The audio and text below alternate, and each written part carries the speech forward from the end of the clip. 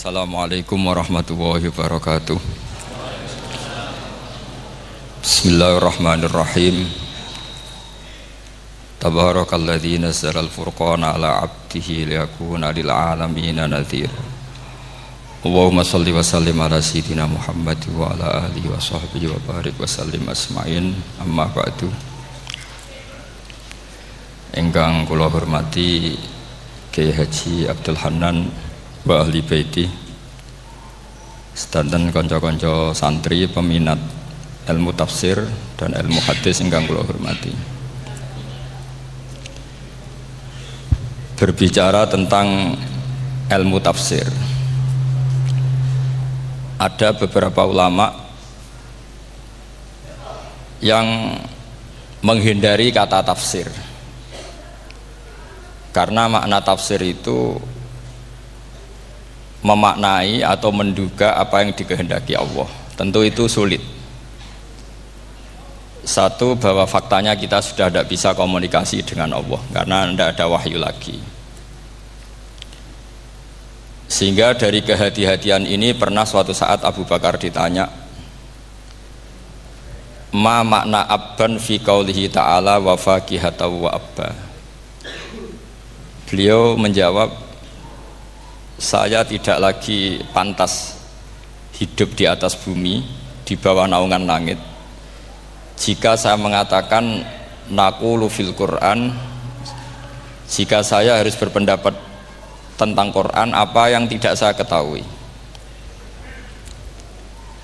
Itu kehati-hatian yang dilakukan Sayyidina Abi Bakrin As-Siddiq. Tapi teori ini berbanding paradok, berbanding ekstrim, ketika bahwa Quran itu diturunkan itu sebagai hudan, sebagai petunjuk. Kedua, sebagai bayanan, sebagai penjelas. Dan ini yang saya yakini. Kalau sebagai penjelas, Quran itu harus jelas sekali dan bisa menjelaskan. Dan Quran mensifati dirinya wal kitabil mubin, demi kitab yang memberi penjelasan. Sehingga dari sudut ini orang kafir pun mungkin memahami Qurannya. Dan menurut saya orang kafir pun bisa paham Quran. Kalau Ahok itu melintir Quran, tidak memahami Quran, paham? Senok harganya itu melintir Quran tapi tidak memahami Quran. Tapi bahwa Quran itu bisa difahami orang kafir itu ya. Logikanya gampang begini, kata Imam Syafi'i dalam kitab Ar-Risalah. Ketika Quran turun, itu pendengarnya itu tidak ada yang muslim, belum ada santri Kewagian, nggak ada santri Lirboyo, nggak ada santri Sarang. Pendengarnya itu non muslim. Nah ini sampai angen-angen, ketika Quran turun tuh pendengarnya muslim atau non muslim? Non muslim. Andai kan Quran itu turun tidak difahami orang kafir, maka lalu objeknya siapa, sasarannya siapa? Nah sebab itu akan aneh kalau kita yang mondok, misalnya ngaji Edkon, ngaji Alfiyah, ngaji Ulumul Quran, apa saja, kemudian Anda tidak paham Quran, padahal orang kafir saja bisa paham. Nah ini tantangan bagi kita. Sing kafir wis iso paham Quran, masa kita santri tidak paham Quran. Makanya begini, di antara awal-awal periode Makkiyah ada surat disebut Qul ya ayyuhal kafirun. Katakan Muhammad ya ayyuhal kafirun. Karena mukhatabnya atau lawan dialeknya Nabi adalah orang-orang apa? Kafir. Mereka paham ketika dijelaskan Quran, paham. Dan sebagian mereka menjadi mukmin karena paham. Itu termasuk isi makalah yang saya utarakan di sini. Mereka tanya, ya Muhammad, siflana rabbak amin dahabin amin nuhasin amin hajarin. Karena orang kafir jahiliyah itu punya tren yang namanya Tuhan itu fisik. Mereka punya Lata, punya Uzza, punya Hubal. Sehingga kalau Tuhan-Tuhan kita ini dari batu Muhammad, katanya Anda punya Tuhan yang berbeda. Lalu Tuhan Anda ini dari emas atau dari perak. Turunlah ayat Qul huwallahu ahad Allahus samad. Lagi-lagi mukhatabnya adalah orang kafir. Makanya ini juga akhirnya jadi ilmu madhab, ilmu tentang firqah-firqah dalam Islam, bahwa kesalahan terbesar orang Khawarij sebagaimana yang dikutip Imam Bukhari. Nanti sama cari di juz 4 atau di juz 3, pokoknya di bab Babu Qitalil Khawarij, karena Imam Bukhari punya adat diulang-ulang. Kata Ibnu Umar yang dikutip Imam Bukhari, innahum intolaku ila ayatin nazalat fil kufar faja'aluha alal mu'minin. Orang-orang Khawarij atau kalau sekarang orang-orang radikalisme itu meneliti Quran, kemudian ketika ada kriteria manusia-manusia tertentu itu dianggap itu kenanya orang Islam, korbannya orang Islam. Padahal awal mula ayat ini turun untuk orang kafir atau kritikan pada orang kafir. Ini cilaka betul. Karena logikanya seperti yang dikatakan Imam Syafi'i, ketika Quran turun ini nggak ada orang Islam, yang ada orang kafir. Jika mukhatabnya adalah orang kafir.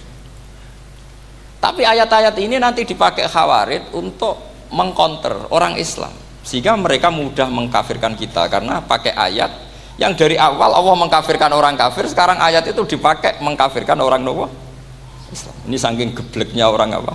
Khawarij. Makanya kata kitab Fathul Bari yang menyarai Bukhari itu, yang mendorong orang Khawarij seperti itu adalah jahluhum bisyariah. Memang mereka benar-benar bodoh, benar-benar goblok. Misalnya kita kiai atau kita ma'arif atau kita santri atau kita orang soleh, kemudian kita tidak bisa melakukan apa yang kita katakan, terus kita oke lah, kita kena kritik misalnya atakmurunan nasa bil birri watan sauna anfusakum wa antum taslunal kitab. Terus kita katanya bisa ngomong tapi tidak bisa melakukan, terus dikritik dengan ayat itu mestinya tidak tepat. Karena itu asbabun nuzulnya adalah orang-orang Yahudi karena tahu bahwa sifat Rasulullah itu ada di Taurat, mereka menyuruh keluarganya itu masuk Islam, tapi mereka sendiri tidak mau Islam. Kemudian turunlah ayat atakmurunan nasa bil birri wa tansawna anfusakum wa antum taslunal kitab afala ta'qilun. Sekarang perbandingannya begini, misalnya ada orang Islam, taruh saja Zaid itu maling, ya maling, konsisten dia malingnya sampai tua. Terus menurut Anda Zaid yang muslim ini, Zaid itu muslim tapi maling, jangan bilang maling tapi muslim, dia itu ya. Kemudian Zaid bilang ke anaknya, "Cung, kowe aja dadi maling, dadi santri sing soleh, sing maling bapak tok." Ndak. Ini menurut analisis usul fikih. Ngomongnya Zaid itu benar apa salah? Benar kan? Nasihatnya ya benar, ngomongnya juga benar. Kamu tidak bisa ngeritik Zaid, kamu bisa ngomong tapi tidak bisa melakukan, tidak bisa. Fa innal amra bil ma'ruf wajib, wal qawla bil ma'ruf ya wajib, wal qawla bil haqqi ya wajib. Jadi itu hal yang berbeda. Misalnya fa innal amra bil ma'rufi wajibun, memerintahkan barang baik itu baik. Wa innal qawla bil haqqi ya wajib, mengatakan yang hak itu ya wajib. Berarti Zaid tetap kena khitab, kamu harus nasihati anak secara benar, kamu juga harus ngomong hukum secara benar. Lalu ketika Zaid ngomong hukum secara benar, cung ojo maling, maling ku dosa, cung ojo nerusno profesine bapak maling, maling itu tidak benar. Dia berarti sudah melakukan dua kebenaran, yaitu ngomongnya benar, nasihatnya benar. Dia salah, perilakunya tetap maling. Tapi jangan karena dia maling lalu omongannya enggak salah juga, berarti salahnya malah tiga. Makanya ini pentingnya ngaji sama ulama, sama ahli usul fikih. Jadi tidak bisa dicampur adukkan. Zaid gagal dalam perilaku, tapi jangan gagal lagi di nasihat. Nanti kalau dia tidak nasihati, maka anaknya terus maling, alasannya niru bapaknya. Karena bapaknya kalau mau nasihati nanti disemprit sama santri-santri, "Pak, sampean ra oleh nasihati anake ra usah maling, sampean dhewe maling." Oh, tidak bisa, cara usul fikih itu malah yudroku kulluh la yudroku napa? Kulluh, atau bahasa populernya al-maisur la yasqutu bil ma'sur. Misalnya kita sebagai kiai hanya bisa takrib, hanya bisa jurumiyah. Apa muda Fathul Mu'in cek abote, bulet, maknane bulet. Kamu tidak boleh ngomong gini, "Cong, kowe sebagai muridku kudu nurut aku. Nak gurumu goblok tok takrib, kowe tok takrib wae." Gak oleh ngelangkai guru, gak sopan gitu misalnya. Nggak boleh gitu. Tetap kita ngomong, "Cung, kowe aja koyo aku. Kowe kudu alim Fathul Mu'in, alim Fathul Wahhab." Sama ndak bisa protes. Pak guru sendiri ndak bisa. Kebenaran tetap sebagai kebenaran meskipun kita ndak kuat melakukan atau ndak bisa melakukan. Lagi-lagi ayat itu sebenarnya ada untuk kita, untuk orang Yahudi, ta'murunan nasa bil birri wa tansawna anfusakum wa antum taslunal kitab. Sebab itu istidlal dengan Quran itu memang resikonya tinggi kalau tidak bagi mutabakhir, karena ya itu tadi, ini harus ada pengetahuan yang luas tentang asbabun nuzul, tentang kriteria. Nah kalau terpaksa, saya katakan terpaksa, kalau terpaksa kita iktibar itu boleh, tapi itu terpaksa, bahwa Allah mengkritik orang yang bisa ngomong tapi tidak bisa melakukan. Tapi itu secara usul fikih itu runyam, teori ini runyam sekali, fatal. Sama lihat tuh di kitab Bajuri atau di kitab-kitab fikih yang lain, ketika Shahibil Burdah atau Shahibil Bur'ah itu yang Imam Busiri itu, Muhammad bin Busiri itu, ini ku salah nama tapi kadung populer. Jadi sebetulnya Imam Busiri itu Shahibil Bur'ah bukan Shahibil Burdah, tapi kadung terkenal Burdah, kita ikut-ikutan apa? Burdah. Imam Busiri itu ngeluh, saya ini orang yang banyak kesalahan. Di antara salah saya adalah saya bisa ngomong tapi tidak bisa melakukan. Yaitu saya ngomong misalnya orang supaya tahajud, saya tidak tahajud. Saya ngomong orang supaya sholat sunat, saya nggak pernah sholat sunat. Itu sarahnya itu yang menyarai itu kan Imam Bajuri itu yang sarah Burdah. Itu mengkritik begini. Kalau Anda ngendikan itu fi ma'radi dzammin nafsi, yaitu dalam konteks Anda mengkritik diri sendiri, oke. Tapi omongan Anda salah karena secara usul fikih fatal. Fatalnya begini. Misalnya saya nggak pernah tahajud. Ya mungkin itu nyata. Oke, mungkin itu nyata. Apakah kemudian saya tidak boleh mengatakan at-tahajjudu sunnatun? Apa saya diwajibkan diam hanya karena saya tidak pernah tahajud, terus saya seorang kiai yang haram mengatakan at-tahajjud sunnatun? Saya harus tetap mengatakan kalau tahajud itu sunnah. Saya kalau punya santri terus saya bilang, "Cung, napas nganggur yuk tahajud itu sunat." Karena mengatakan kebaikan pasti bagian dari kebaikan itu sendiri. Makanya kata Imam Bajuri, fakaifa yakunul amru bil ma'rufi mazmuman. Bagaimana mungkin sesuatu yang jelas baik karena memerintahkan kebaikan mazmuman menjadi sesuatu yang tercela hanya karena yang mengatakan tidak melakukan. Fa innal fi'la ya amrun wal hukmu ya amrun akhar. Itu beda. Jangan karena Anda tidak minum teh karena diabetes, terus Anda kalau ada tamu tidak disuguhi teh. Karena saya sendiri tidak minum teh. Wah ya repot kalau gitu.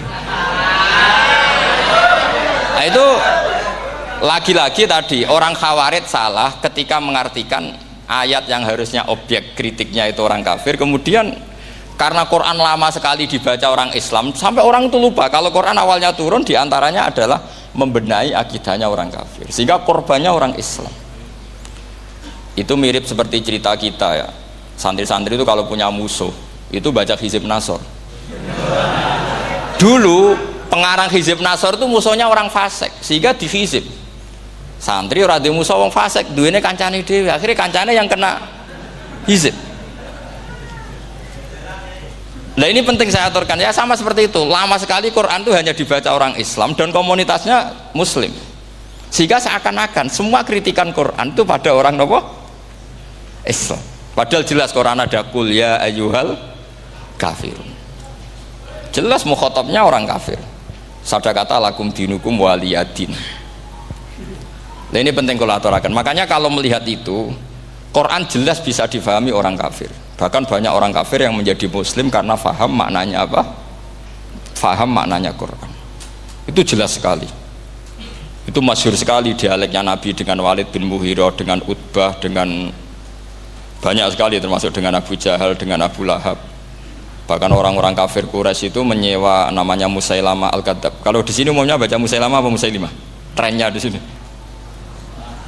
pakai fathah ya. Itu entah ya, nggak tahu saya yang masalah yang mana itu kan, karena memang kalau dalam ilmu riwayat itu sekali salah baca itu kasus betul, kayak Sa'id bin Musayyab atau Sa'id bin Musayyib itu ketika beliau sugeng itu kalau dipanggil Sa'id bin Musayyab itu marah besar, karena maknanya Sa'id al Musayyab itu yang ditawan, makanya beliau bilang sayyabatni Irak wa anal Musayyib, orang Irak mengatakan saya ini ditawan, sebenarnya saya yang menawan mereka. Tapi al-masyhur itu dibaca Sa'id bin Musayyab, padahal dia tidak mau dipanggil Sa'id bin Musayyab, Sa'id bin Musayyab. Karena nama ini penting. Pentingnya begini, ini kata Rasulullah kalau sedang guyon, kata Nabi, mbok kamu itu sekali-kali mikir, kenapa saya ini diberi nama Allah Muhammad, katanya. Ini hadis sahih di Bukhari, ada di Kitabul Adab, banyak lah teks ini. Kenapa ya Rasulullah? Allah itu senang bingung wong kafir, kata Rasulullah. Karena Abu Jahal kalau manggil saya jadi bingung. Itu kalau orang Arab kan pasti tahu maknanya. Muhammad maknanya orang yang terpuji. Sehingga kalau Abu Lahab ngomong itu jadi paradok. Hei orang yang terpuji, kamu bohong. Kan jadi aneh. Ya Muhammad kadzabta. Hei Muhammad kamu bohong. Kalau diterjemahkan hei orang terpuji, kamu bohong. Itu akhirnya sahabat tertawa-tawa, karena cek pinter deh pangeran milih nama kamu ya Rasulullah, karena ini bingungkan musuh gitu. Makanya kalau kamu udah anak kiai itu anak kamu panggil namakan saja Agus, pasti satu pondok manggil Gus semua. Itu aman itu. Oh itu mbok yang nggak seneng tetap panggil Gus. Karena kalau untuk Gus putra kiai kan butuh di bapak kiai, kan bapak kadung ra kiai itu kan, itu ada triknya, yaitu anaknya dinamain Agus. Nah itu Rasulullah itu sudah dipilih sedemikian rupa oleh Allah, perilakunya benar, ahwalnya benar, sak namanya juga benar, sehingga ketika Abu Jahal, Abu Lahab tahu bahwa nama Muhammad ini problem, karena ini madah itu memuji, sehingga mereka kalau mencari Muhammad tuh bilang ainal madmum, mana orang yang tercela. Terus orang-orang Quraisy tidak paham kamu nyari siapa, akhirnya mereka bilang ana atlubu Muhammad, dan saya cari Muhammad, akhirnya bilang Muhammad lagi. Nah, itu Quran juga main di ranah nama, sehingga Abu Jahal itu namanya kan Abul Hakam, orang Islam dari awal memanggil Abu Jahal. Karena kalau sampai kita manggil Abul Hakam, kita akan mengalami paradok, ya Abul Hakam, hei bapak dari semua kebijakan, kamu begini, kan kacau. Makanya itu dari sini orang nggak boleh salah apa? Salah nama. Ini penting kalau aturakan, karena kadang menganalisis Quran itu satu bilisanin Arabi mubin, kata Imam Syafi'i, wa innahu latanzilu rabbil alamin nazala bihir rohul amin ala qalbika litakuna minal mudhirin bilisanin Arabi mubin. Di antara, kata Imam Syafi'i ini, di antara aturan pokok memahami Quran adalah dia malian bil arabiyah, dia sangat-sangat menguasai bahasa Arab. Itu masyhur dalam dialek Imam Syafi'i. Saman kalau ngaji takrib atau Fathul Mu'in, syarat sahnya tayamum lil musafir itu apa? Tolabul ma', mencari apa? Air. Sampai kalau di takrib dicontohkan, kalau di tempat atas nyari ke bawah, kalau ke bawah nyari ke atas. Imam Syafi'i ditanya, kaifa taqulu bi syartit tolab, bagaimana anda berpendapat bahwa tolabul ma' itu wajib untuk menjadi sahnya tayamum? Terus Imam Syafi'i faqara'a falam tajidu ma'an, kamu pergi kemudian falam tajidu ma'an, kamu tidak menemukan air. Terus Imam Syafi'i mengatakan la yuqalu liman lam yatlub lam yajid wa innama yuqalu lam ya'rif, katanya. Orang yang nggak pernah mencari itu tidak bisa dikatakan lam yajid, tidak menemukan. Kalau belum mencari namanya tidak tahu. Padahal Quran bilang kamu pergi kemudian kamu tidak menemukan air. Tidak menemukan itu berarti harus mencari dulu, baru dikatakan lam yajid, tidak menemukan. Kalau tidak pernah mencari namanya tidak tahu. Hanya gitu tok itu jadi ilmu bahwa tolabul ma' itu wajib, karena Allah mengatakan falam tajidu ma'an la yuqalu liman lam yatlub lam yajid wa innama yuqalu lam ya'rif. Orang dikatakan tidak menemukan berarti setelah mencari kemudian kesimpulannya tidak menemukan. Kalau belum mencari namanya apa? Tidak tahu. Nah, dari sini Imam Syafi'i istidlal wajib tolabul. Ini namanya malian bil arabiyah. Dia menguasai bahasa Arab. Begitu juga ulama-ulama sufi. Itu ada cerita Bayazid Al-Bustami, itu ada muridnya baca ayat wasiqal ladzina taqaw rabbahum ilal jannati zumara. Orang-orang takwa itu digiring menuju surga. Itu dia nangis. Muridnya kaget. Ini guru saya tidak benar, ini ada cerita surga tapi dia malah nangis karena ayatnya itu digiring. Terus kata Abu Yazid, mereka itu di mana saja? Masa ke surga saja butuh digiring? Ke surga itu kan nikmat, ngapain butuh digiring? Saya tidak mau, kata dia. Abu Yazid itu gak mau digiring ke surga, itu gak mau. Muridnya kan tambah kaget, memangnya mau neraka kan gitu pikirannya itu. Ternyata beliau jawabnya sederhana, saya pas itu sudah dekat sama Allah sehingga tidak perlu digiring. Kemudian saya sudah panitia kiamat pas itu, jadi gak perlu digiring. Nah ini nanti penting jadi satu aturan ilmu ulumul Quran. Saya di rumah itu istiqomah ngajar Qawaidul Asasiyahnya Said Muhammad yang dulu ditulis abahnya Zubdatul Itqan oleh Said Alawi. Kemudian Zubdatul Itqan itu tentu dari kitab Itqan. Terus Said Alawi dulu ngarang kitab Faidul Khobir, sarahnya Faidul Khobir sama Sayyid Muhsin Al-Musawab, dulu dari Padang tapi hidupnya di Mekah. Saya dulu talaki sama Mbah Mun. Itu ternyata ada ayatnya, innal muttaqina fi jannati wa nahar fi maq'adi sidqin 'inda malikim muqtadir. Sekarang sampean saya tanya, menurut Anda semua orang kena hisab enggak? Enggak, sampean jawab saja. Menurut Anda ketika di mahsyar semua orang kena hisab apa enggak? Pasti kita menjawab iya. Tapi kata Said Muhammad, itu keliru. Enggak kebayang orang seperti Nabi kena hisab. Pasti yang kena hisab itu orang-orang yang enggak jelas. Nah, misalnya Nabi jelas baiknya, harusnya ya langsung nggak kena hisab. Karena tidak mungkin seorang saksi kok diaudit, tidak mungkin. Lo saksi itu di pengadilan kan nggak tersangka, nggak terdakwa, dia tidak boleh diintervensi oleh hakim. Nah, Rasulullah ketika kiamat, ketika fil mahsyar, fi faslil qada itu jelas, fa kaifa idza ji'na min kulli ummatin bisyahidi wa ji'na bika ala haula'i syahida. Rasulullah sudah dekat Allah, pas mahsyar itu ada Allah, ada Rasulullah, ada Jibril. Kemudian Nabi itu mengidentifikasi, ditanya sama Allah, bener mat ini umatmu? Ya, niki umatmu ya.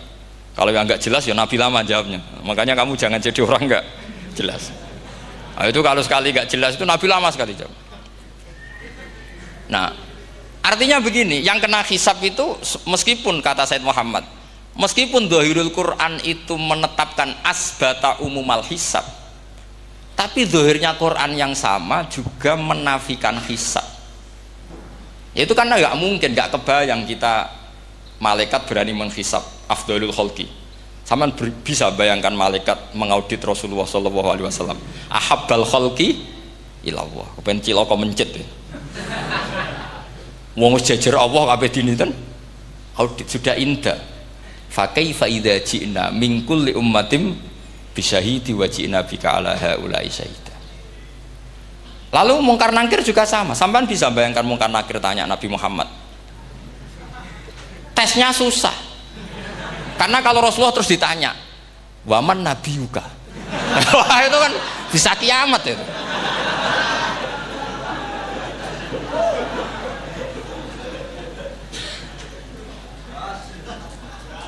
Paham ya? Makanya kata Said Muhammad, ini kan teman-teman tanya, piye carane alim tafsirnya saja, sarannya satu hafal Quran, dua hafal Sahih Muslim, tiga semua orang sudah mati, tinggal kamu yang alim. Nah, itu mesti aman itu. Nah kalau sampean tanya saya, apa buktinya Gus kalau orang tertentu tidak kena hisab? Ya buktinya tadi, misalnya innalladzina qalu rabbuna Allahu tsummas taqamu tatanazzalu alaihimul malaikatu alla takhafu wala tahzanu wa absyiru. Mungkar nakir adalah malaikat penakut, membawa ketakutan. Sementara para wali ini jelas malaikat kena konstitusi. Malaikat harus mengatakan ke para wali, Allah takhofu wala tahzanu. Padahal Nabi tentu Sayyidul Auli. Para wali saja malaikat kena aturan, kamu harus bilang Allah takhofu wala tahzanu wa abshiru. Hei para wali, kamu jangan susah, jangan gentar, kamu harus gembira. Kamu bisa bayangkan misalnya mungkar nakir bawa godok, kata orang kalau dipukul ajul sak walang-walang. Kemudian kamu bayangkan si Abdul Qadir ngalami itu, Abdul Hasan Asadali ngalami itu, Abu Yazid Al Bustami. Kalau itu ngalami gitu semua, ngapain kita jadikan mursyid? Kan sama nasibnya dengan kita. Nah, Zahirul Quran mengatakan asbatal hisabah. Tapi Zahirul Quran di ayat yang lain lam yusbit al hisabah. Makanya tadi umumul Quran juga ditaksis dengan muqayyid. Yang mutlak ditaksis dengan yang muqayyad. Yang mujmal ya sama seperti itu, aturannya seperti itu, ditafsil sama yang mufassal. Sama orang kafir yang jelas, sampean bisa bayangkan malaikat ngaudit Fir'aun. Cek kurang penggaweane. Jelas eleke kok di audit. Misalnya Abu Lahab di audit, oh malaikatnya celaka mencet. Berarti dia gak percaya sama pernyataan Tuhan tabat yada abi lahabiu. Malaikat kok ngaudit Abu Lahab? Mungkin Gusti kula ceke. Nak menawi wonten api. Lho ki ora tau ngaji Quran tapi wong ayate tabat yada kok cek di cek. Nah, yang seperti ini masuknya kategori ulaikal ladzina satruse, mereka yang kafir bi ayati rabbihim wa liqaihi fahabitos a'maluhum fala nuqimu lahum yaumal qiyamati wasna. Jadi ada orang-orang kafir yang jelas kena aturan fala nuqimu lahum yaumal qiyamati wasna. Jelas kafirnya ya gak kena hisab, yang jelas nabinya, jelas wasinya juga gak kena hisab. Yang kena kita di tengah-tengah. Tapi ilmu itu ikut mainstream karena semua orang bilang ada hisab, ya kita ikut-ikutan bilang, ya sudah gitu saja. Tapi kalau aslinya ya rapati percaya. Umumnya uang gerono mati ditalkin ya kita melok-melokan nalkin. Tapi kalau kadang ya gak kebayang. Piye nak wali-wali ditalkin. Makanya ada di dunia wali itu ada cerita Rabi'ah Adawiyah, itu termasuk keramat beliau itu. Kali Imam Sibawi kan dalam cerita wali kan ditanya marrobuka, ngapunten niku man mausul napa istifham. Wah itu malaikatnya ndak pernah khataman alfiyah kan, repot. Kalau Rabi Adawiyah lebih parah lagi, itu beliau tuh nangis sekeras-kerasnya, nangis terisak-isak, dia tersiksa. Ya Allah, engkau itu zat yang paling saya kenali dan harusnya semua makhluk itu kenal engkau. Tapi ini hamba engkau tanya engkau itu siapa? Itu kan ini orang aneh kata gitu. Karena Allah itu adharud dzahir, kata sampai Imam Sibawi silakan a'raful ma'arif. Jadi wong ora Allah wis geblek tenan dari Imam Sibawi.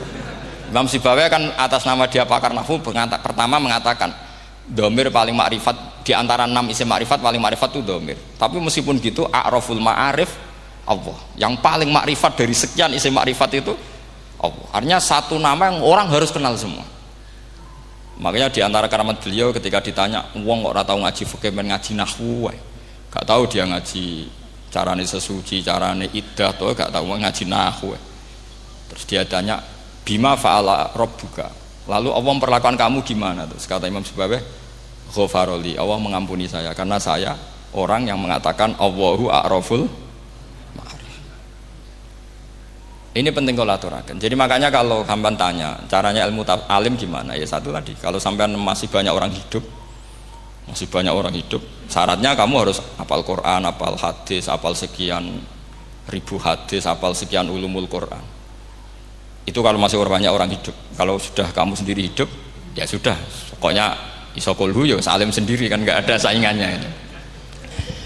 Makanya kata Sayyid Muhammad, beliau mengatakan, kita meyakini umumal hisab ya berdasar dzahiril Quran, kita menafikan umumal hisab bahwa hisab hanya yahtassul liqaumin duna qaumin juga berdasar dzahiril Quran. Kita percaya semua mayat ditanya mungkar nangkir ya berdasar dzahiril ahadis. Kita tidak mengumumkan teks konteks ini juga berdasar dzahiril ahadits. Karena malaikat mungkar nakir juga malaikat. Berarti dia kena aturan kalau ketemu para wali Allah takhafu wala tahzanu. Faham sih kalau maksudnya? Ini penting kalau aturakan. Jadi makanya aspeknya sampean bisa memulai kalau ingin jadi orang alim tafsir bisa mulai dari yang mudah saja, yang fikih saja. Makanya kata Imam Ghazali, kenapa Mu'tazilah jadi segoblok itu? Karena dia tertipu oleh umumatul Quran, oleh tek-tek umum. Dia tidak tahu mukhassisnya. Padahal setiap ayat umum itu pasti ada mukhassis. Misalnya begini ya, kalau kamu maknanya fikih saja, contoh yang paling mudah familiar itu fikih ya. Misalnya kita ngaji Quran, wal mutallaqatu yatarabbasna bi anfusihinna salasata quru. Kalau orang dicerai itu iddahnya itu 3 kali masa nopo suci. Apakah aturan iddah seperti ini hal hadhil iddah amatun likulli mutallaqatin am li mutallaqatin makhsusah?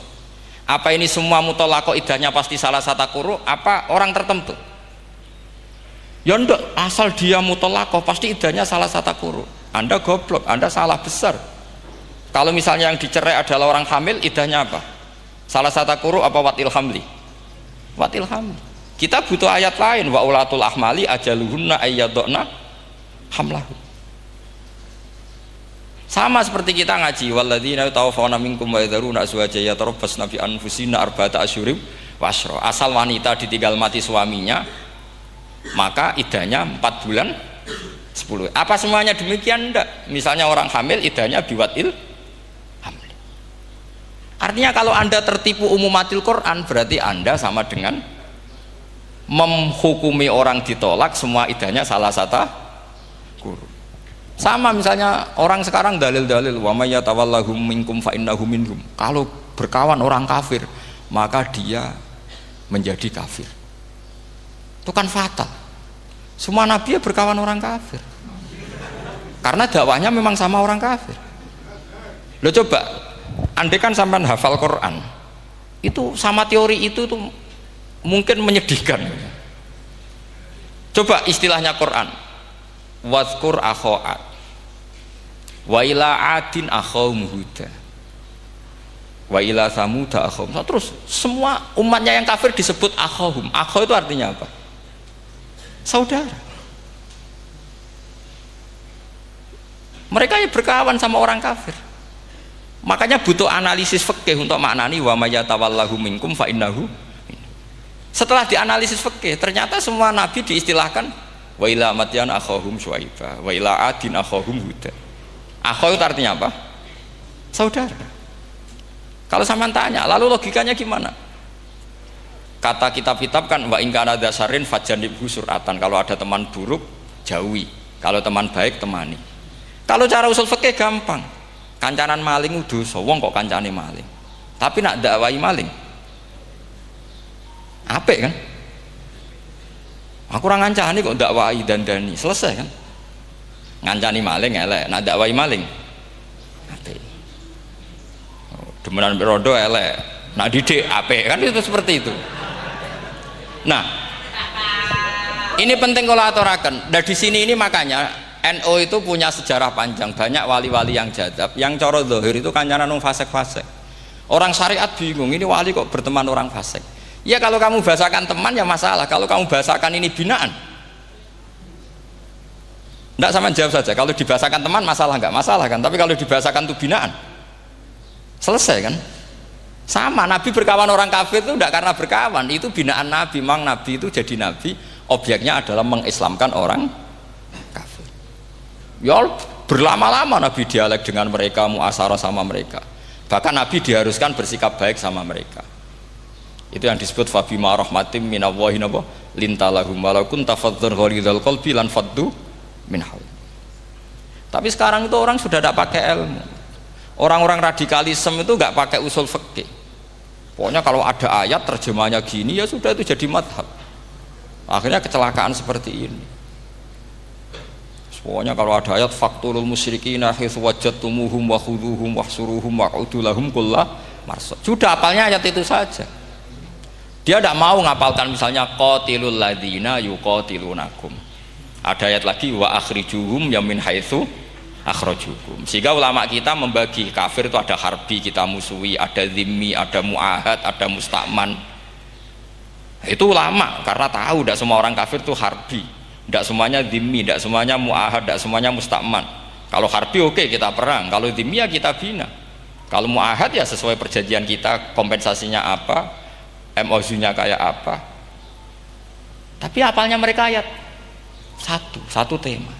Nah celakanya kita yang ngaji di pondok-pondok yang katanya spesialis ingin alim tafsir, apalnya ya satu ayat juga.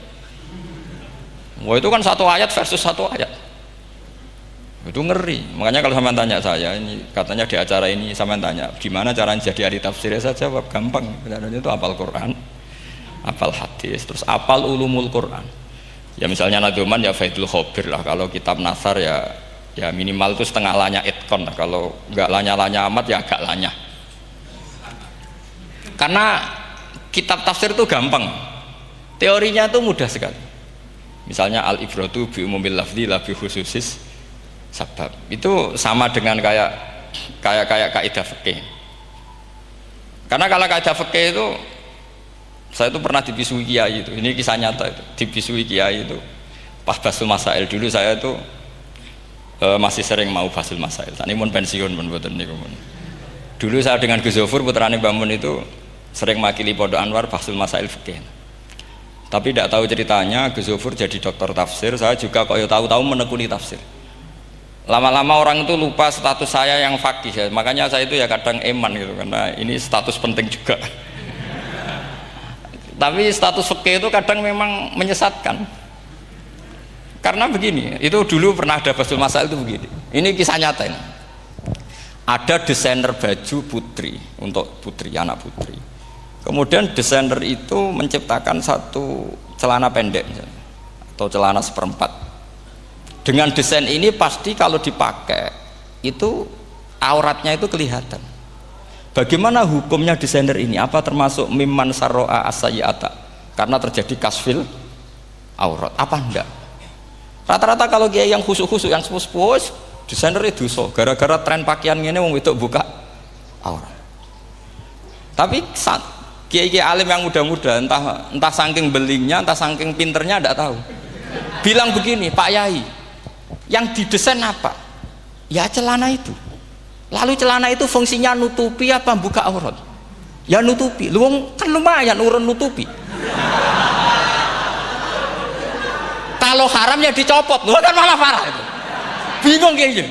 Sampai bilang gini, wah semanis. Itu kan makanya ini guyon ilmiah. Repotnya ngadepi orang alim muda itu kan mbok gedhingi ku ilmiah, mbok senengi fase.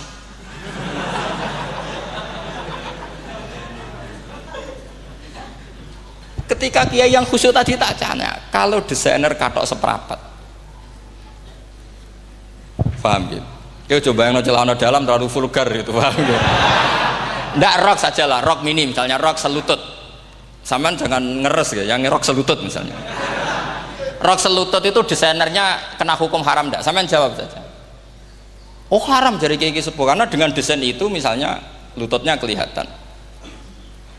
Tapi pertanyaannya kiai muda saya masih ingat betul, saya tanya. Lalu fungsi pakaian itu apa Pak Yai? Fungsi itu kan tetap nutupi sebagian aurat. Kalau Anda haramkan, barang haram itu harus dihilangkan. Nah, itu. Sampai kiai itu setelah acara itu manggil saya. Gus, kalau ngakoni jenengan alim tapi podo repote. Podo repote nak dalam itu kan terus itu ada perumusan di redaksi keputusan yang dijual itu, yang masail fikihnya kan terus diputuskan, dibukukan. Kalau redaksinya halal, Gus, nanti orang pakai rok semua. Dan saya balik bantah, kalau redaksinya haram, orang nggak pakai rok. Akhirnya itu apa? Kebijakannya lucu. Buak we Gus, pertanyaan itu buak sak jawabannya oke. Jadi kita debat tidak jadi. Ini cerita ilmiah. Makanya sama tidak wajib manut saya ini terlalu ilmiah, jadi tidak baik untuk kehidupan kesalian, kurang baik. Jadi ini, tapi ini ilmu, tetap kaidahnya fikih ma la yudraku kullu la yudraku kullu. Jangan kalau tidak bisa nutupi aurat semua, lalu jangan sama sekali. Lho nggih kan kaidahnya kan gitu, la yudroku kullu la yudroku kullu. Misalnya Anda punya tetangga nggak mau pakai jilbab, nggak mau pakai pakaian muslimah, kamu tidak boleh bilang munisan raklambinan, tidak bisa. Ma la yudroku kullu napa ma la yudroku kullu nu la yudroku napa kullu. Makanya ini kita harus hati-hati. Nah bayangkan sekarang orang neliti Quran itu yutroku kullu. Mestinya kalau Anda meneliti radikalisme, ayat yang terkait radikalisme diteliti semua. Ternyata di surat Taubat yang disebut suratus Saif, yang bahkan haram baca bismillah, itu ada ayat wa in ahadum minal musyrikin nastajaroka fa'ajirhu hatta yasma'a kalamullah summa ablighu ma'mana. Muhammad, kalau ada orang kafir mau belajar Quran sama kamu, ya harus kamu pelajari hatta yasma'a kalam Allah. Setelah mereka mau belajar, ya ablihu ma'mana, summa ablihu ma'mana, kamu harus menjamin keamanan dia. Itu di surat Taubat, termasuk akhiru suratin nazalat, gak mungkin terjadi mansuh. Tapi orang-orang ekstremis selalu pakai faqatulul musyrikin haitsu, apalan itu terus. Yang orang liberal yang menaparin la ikraha fiddin, ya sudah seperti itu. Sing orang-orang ora tegas, ora tau nahi mungkar, ya ma arsalnaka illa rahmatan lil alamin, ngono terus. Yang kelompok tukang nahi mungkar ya ayatnya amen nahi mungkar. Saya tuh heran kenapa mereka punya masalah dengan hafalan kayaknya. Kenapa sih hafalannya kok pedot itu. Kita yang hafal semua bingung jadi akhirnya kita yang pinter anut sing goblok. Karena saya tuh pernah loh debat sama orang salaf, debat gitu. Setelah saya mengutarakan sekian hadis, ada tuh Pak hadis itu, waduh, harusnya kamu ngaji saya, ada debat-debat tuh yang level, kalau nggak level tuh nggak boleh katanya. Itu kan ngeri. Makanya ini penting ya, kalau sampean tanya ingin jadi alim tafsir, ya harus hafal Quran semua. Kalau tidak mungkin yang nunggu orang semua mati baru Anda jadi ahli tafsir, karena tidak ada musuhnya. Tapi saya pastikan orang kafir pun bisa memahami Quran, yaitu tadi hatta yasma'a kalam Allah. Sayyidina Umar itu masuk Islam itu gara-gara dengar adiknya baca Toha, ma anzalna alikal Qur'ana litashqa illa tadhkiratal liman yakhsha tanzilam mimman khalaqal arda was samawati ula ar-rahmanu alal arsis tawa. Itu dia ma huwa bikalamil basar, tidak mungkin seperti ini karangan manusia, itu tidak mungkin. Akhirnya dia Islam. Banyak orang Islam karena diperdengarkan Quran, karena memang notnya sudah unik, makna kualitasnya juga sudah unik, semuanya itu unik, indah. Sampai sekarang pun orang kafir itu orang paling tahu Quran. Makanya Allah mensifati orang kafir itu hasadam min indi anfusihim mim ba'di ma tabayyana lahumul haq. Sekarang sama saya tanya, orang sing tabayyana lahumul haq itu orang paham apa orang tidak paham? Mereka orang kafir itu mengingkari Quran, padahal mim ba'di ma tabayyana lahumul haq, setelah kebenaran nyata bagi mereka. Nyata bagi mereka artinya orang kafir paham apa tidak paham? Paham. Cuma mereka punya penyakit hasadam min intian. Mereka juga kalau ada ayat tentang ahkam yang memberatkan, mereka bilang i'ti bi Qur'anin ghairi hada au baddilah. Muhammad harusnya jangan tema itu yang diangkat, bu cari Quran yang lain yang enggak tema itu. Mereka sampai memilih tema itu karena paham apa karena tidak paham? Karena paham. Makanya di makalah saya pastikan ngaji tafsir itu gampang, karena orang kafir pun bisa. Kalau kasus Ahok itu bukan paham itu melintir, beda. Paham sama melintir itu beda. Itu diterjemah kemenang tuh jangan mengangkat kawan orang Islam, bukan mengangkat pemimpin. Ya likanya kalau ngangkat teman saja tidak boleh, apalagi ngangkat pemimpin. Fatal mana berteman sama orang salah sama ngangkat. Saman kancanan maling ini apik nak menawa nang andani terus ngangkat, "Hei maling ke pimpinanku." Parah mana? Parah mana? Artinya sama saja ketika diterjemah jangan ngangkat teman, sebetulnya ngangkat pemimpin lebih fatal. Itu kan mafhum awlawiyah, itu kan normal saja. Itu di Quran biasa, misalnya innalladzina ya'kuluna amwalal yatama dzulman, orang yang makan hartanya anak yatim secara zalim. Kamu bilang, "Gus saya tidak makan kok, sepeda motornya tak gasap, tak jual." Yang diharamkan kan makan. Wah, ya sarap kalau gitu. Maknanya begini, memakan harta anak yatim artinya ifsad. Ifsad itu merusak. Nak ngono ikhraq, membakar atau mencuri sama dengan makan, bal asad. Malah kan lebih apa? Lebih apa? Dasar. Jadi yakuluna di situ tuh ba'dul amsilah, sebagian contoh min wujuhil ifsad atau min wujuhil ihlak. Jangan kok karena ayatnya makan, oh yang haram tuh makan, kalau nyuri gak apa-apa. Waya fata. Itu kan sama dengan santri geblek dikandani kiai ini, "Cung, kowe mbek bojomu jogeman naboki." Suatu saat istrinya lapor lagi, "Pak Yai sekarang ndak naboki tapi nyadui." Karena naboki itu pakai tangan. Pertama dilaporkan kiainya, "Pak Yai, suami saya itu sering memukulin saya pakai tangan gini. Cung, jogeman naboki bojomu." "Nggih Pak Yai, siap." Suatu saat istrinya lapor, "Pak, tetap benjut, kenapa? Kalau nak niki disadui." Mergo pikirane sing haram nabok, nak nyaduk halal. Wah, itu kan ngajak goblok bareng. Nah, masalahnya di usul fikih kasusnya seperti itu. Makanya saya ini kadang ya maliki sekali. Kadang saya itu maliki sekali. Kadang ya. Misalnya begini, saya beri contoh. Ini yang kisah nyata ya. Ada seorang Arabi datang ke Rasulullah. Ya, tadi kan teman-teman minta juga ilmu hadis ya. Ini satu paket saja. Itu tadi nanti kalau sampean kasih lalim ndak, itu sudah ada urusan saya tadi. Nunggu orang mati banyak tadi. Kalau nggak usah nunggu orang mati, sarannya tadi apal tadi. Ya Rasulullah, ahlak tuh. Saya ini orang yang rusak. Wama ahlakaka. Lalu yang bikin rusak kamu apa? Qol waqatu imroati fi nahari Ramadan. Saya menjima istri saya ketika masih siang. Fi nahari Ramadan, siang Ramadan. Walhasil Nabi tidak menyuruh hanya kodok, tapi menyuruh kafaroh. Kafarohnya itu merdekakan budak atau memberi makan 60 orang miskin atau puasa berapa? Puasa 60 hari. Atau urut merdekakan budak atau puasa 60 hari atau memberi makan sitina miskin. Oke, kita sepakat. Sepakat ya, hadis itu sahih dan diulang-ulang oleh ashabus sunan. Oke, riwayatnya enggak masalah. Sekarang kita analisis maknanya. Sekarang sampean saya tanya. Kalau Anda misalnya sekarang jam berapa ini? Misalnya sekarang jam 9 kurang seperempat Ramadan, terus Anda rokok atau Anda ngopi, kepengen ngopi terus ngopi tanpa udhurun syar'iyin. Anda hanya wajib qadha apa bayar kafarah? Enggak, sampean jawab. Rata-rata kiai kita, oh mau wajib qadha Gus karena gak jima. Sing seru kafarah itu nak jima.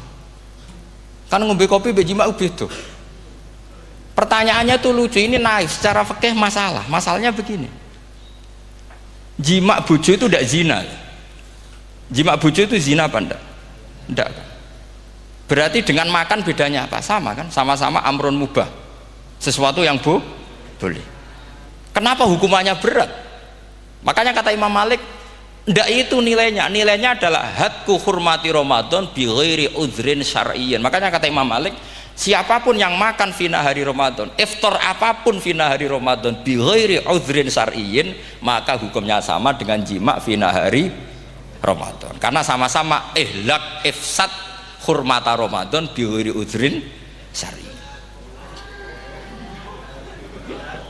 Loh, ini ilmiah. Kamu udah harus cocok, tapi otak kamu harus percaya.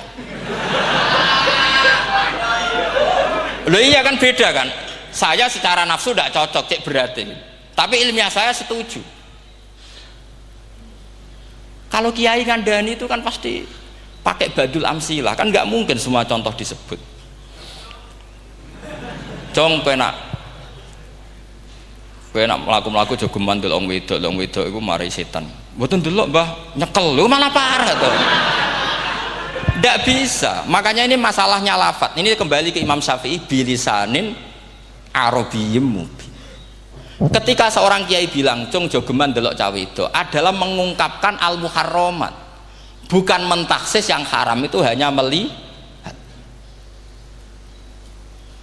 Saya ulang lagi ya, ketika seorang kiai bilang cung jogeman